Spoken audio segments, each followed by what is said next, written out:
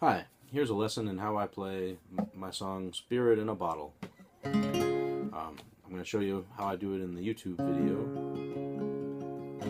I wrote this song in about 2004, maybe 2003 or 2005, somewhere in that period.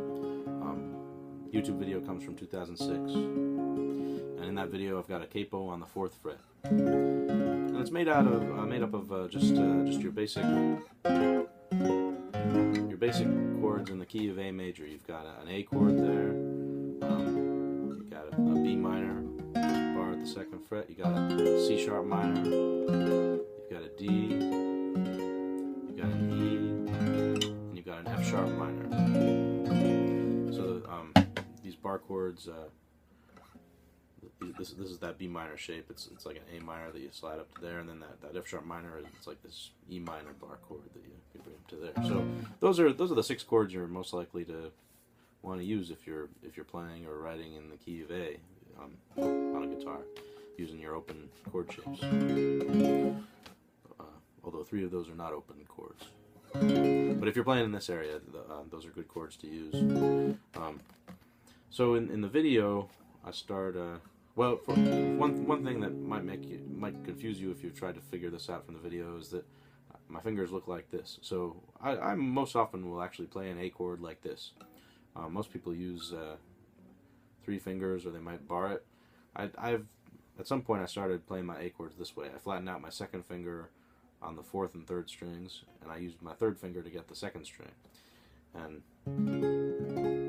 I find it, for me, that's the easiest one to get to, and it frees up these other fingers to do things if I want to, and allows me to reach a whole bunch of other chords pretty easily. But it's an awkward position, so if you don't like that position, then definitely don't start always playing your A's like that. But I like it, so I'm going to play it like that. So in the video, I'm playing in a kind of a sparse way. Sometimes I'm finger picking, sometimes I'm strumming. And I'm not following a specific picking pattern or anything, but a lot of it has this kind of feel. So it's if you play the 4th string, 3rd string.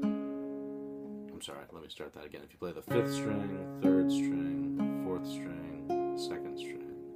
So 5, 3, 4, 2, 5, 3, 4,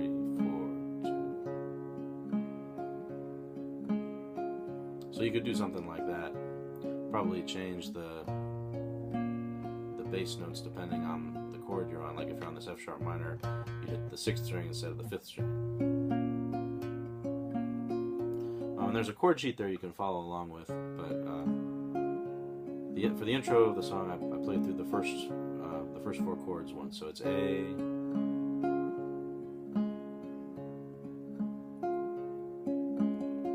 F sharp minor. You can strum a little bit, and then C sharp minor,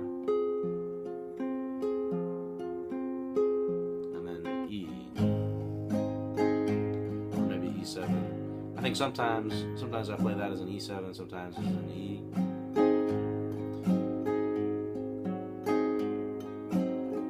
So you can also strum this bass up down, bass up down. And one pattern I was throwing in a little bit was if you do that pattern I showed you, but then end with one of those. So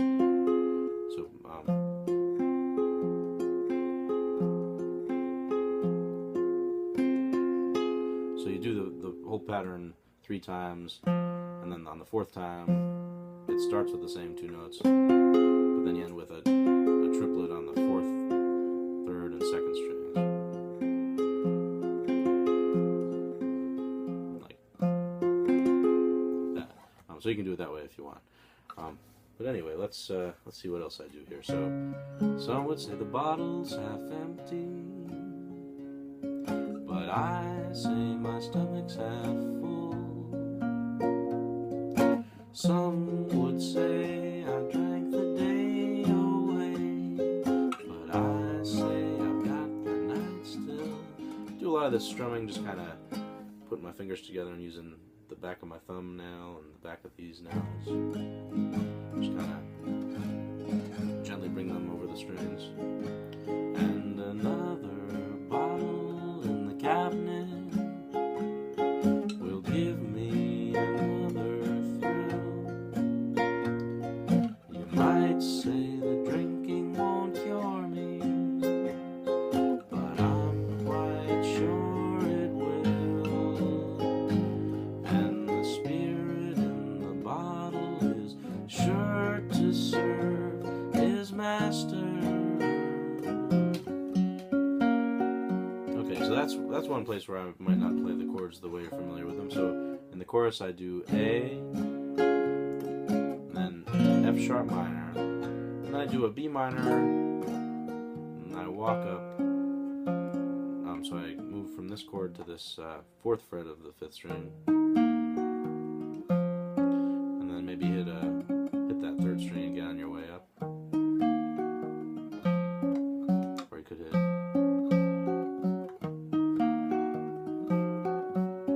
maybe like that. So if you leave your 2nd finger down,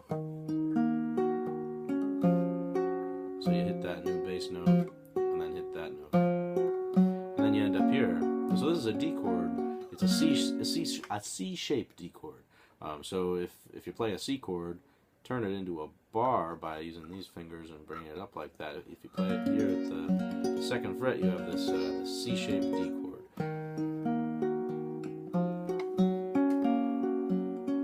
Like that. And it makes sense to do it that way if you're doing this walk up here. And that chord also fills out the chord a little bit more. It has one more of the 3rd in it. So the D chord, like one of these D chords, it's root 5th, root 3rd. This one, it's a little fuller. It's root 3rd, 5th, root 3rd. So you have one extra note, and that 3rd gets doubled. The 3rd is a nice note in the chord. It's that in the D chord, it's the F sharp. So we have 2 F sharps here. Different kind of sound than this one. Pretty similar though. They're both D chords.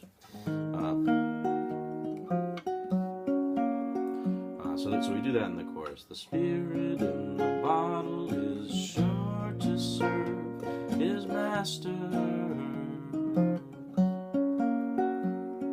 I've got me a genie and my wish is to get plastered.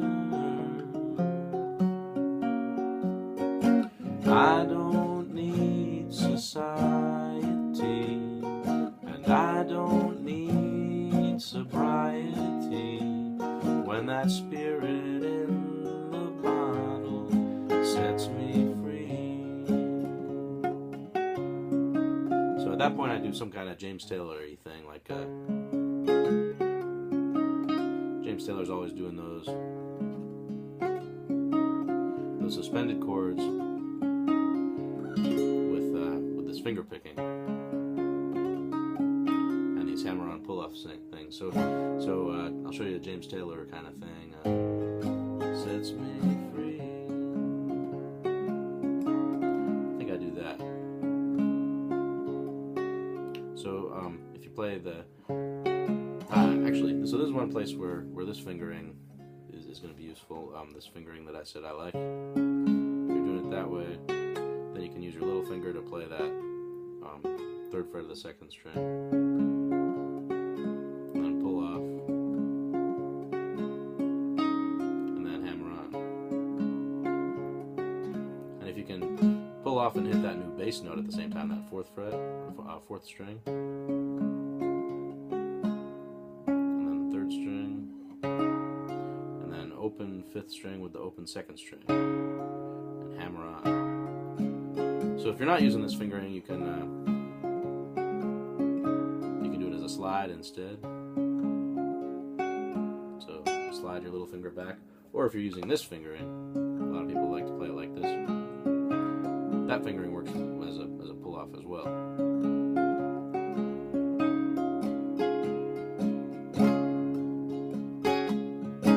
You can strum it too.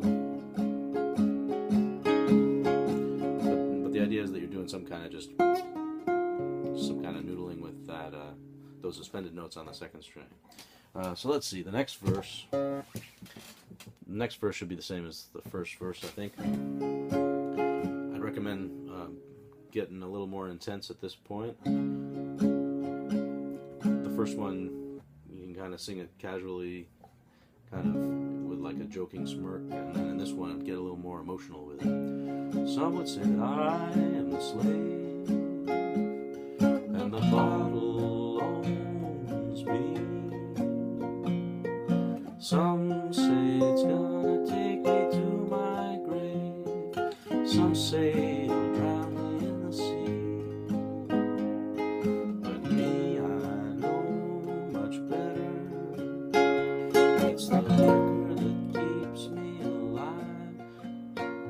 And whenever that whiskey pumps through my veins, I know I will survive. And the spirit in the bottle is sure to serve his master. I've got me a genie and my wish is to get plastered. I don't need society, I don't need sobriety. When that spirit in the bottle sets me free. And actually, I messed that part up, I think. Sobriety, when that spirit in the bottle, hit a D chord there, sets me free. And then you go to C sharp minor, and then back to D. When that spirit in the bottle, he sets me free. And then end with one of those little James Taylor things. You can do a hammer-on pull-off as well. I'm also resting a finger here on this first string, because if you do a pull-off there, it's kind of tough to avoid hitting that first string. So sometimes it's good to just rest something on a string if you don't want it to ring out. Something like that. When it got more intense there, one thing I was doing more strumming. So a lot of the time, that's a good way to structure a performance of a song. Do the first half of it finger picking, and then the second half switch to strums, and that'll make everything a little more exciting. And I was also doing this kind of thing. I was strumming louder on beat 1.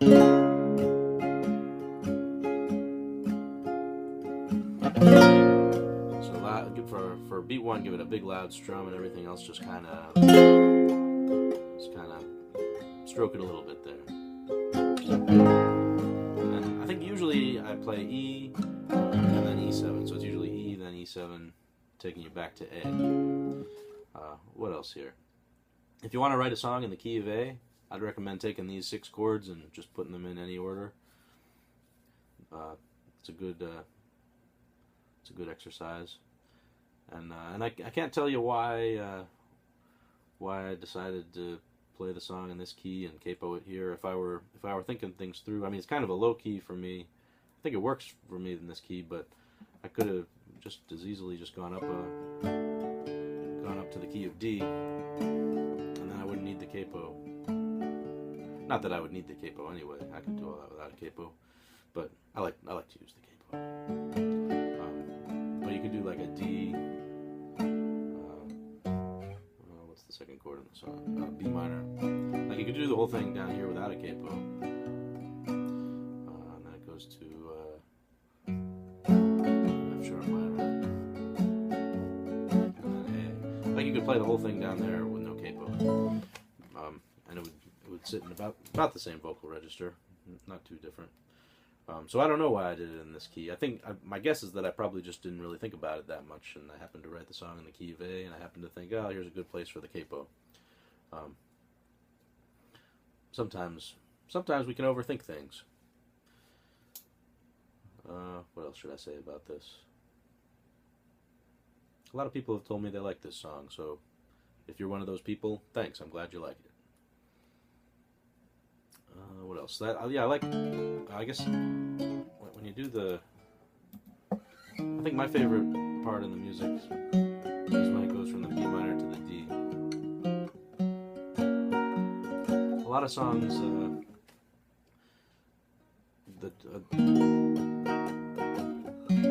going from the 2 chord to the 4 chord. It's kind of an interesting move. When people do that, I like it. There's something about it that's kind of unusual, but a lot of songs do it anyway. Anyway, I don't remember what else I wanted to say, so I think I'm finished talking. Have a good day.